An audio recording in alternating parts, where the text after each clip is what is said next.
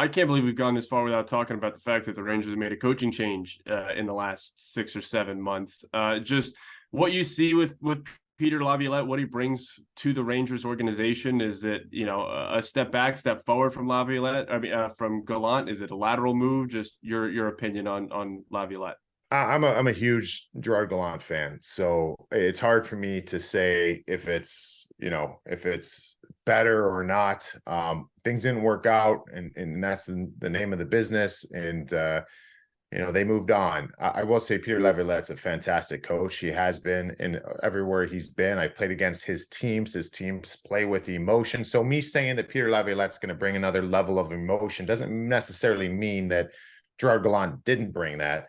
I think that this team, the thing that I feel the most with this Rangers team, and I think that it comes from the forward group, to be honest, is when this team's on, they snap the puck around like it's incredible. It's a beautiful thing to watch. They can get MSG bumping, but then there's some stretches during the regular season where they need a boost. They need an emotional lift. They don't get that always. And sometimes I feel like they're kind of going through the motions. I don't think Peter Laviolette's going to allow that. I think he's going to keep people accountable. I think he's going to provide that. He's an intense coach. He usually gets results as far as getting players to react in the positive way. So that's an area I think he can help, because again, there's not a ton of overhaul with personnel.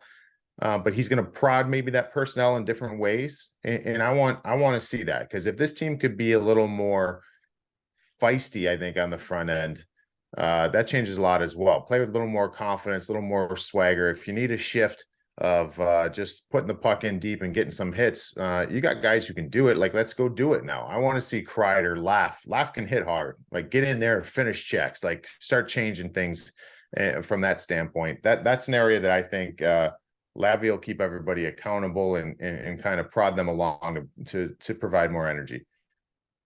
All right, we're sitting here now mid-September. Take a look forward to June. Who do you have in your Stanley Cup? Who do you have listing Lord Stanley's Cup come the end of the season? Oh man, that's so hard.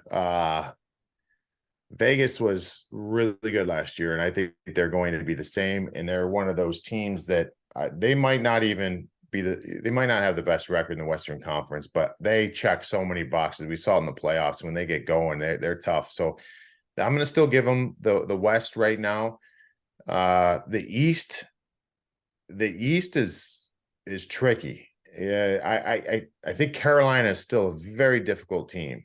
If they can get timely scoring and stay healthy, that could be a huge difference for them. But again, the Eastern Conference, I mean, I've probably got New Jersey, New York, Carolina.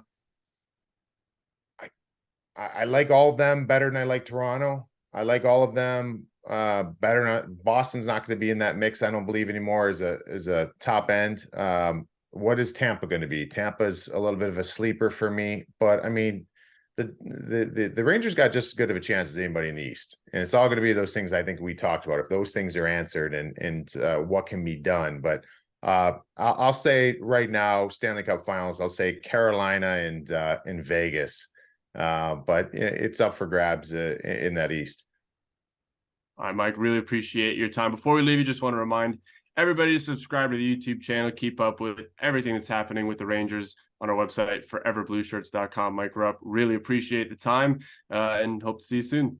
Sounds good. Thanks.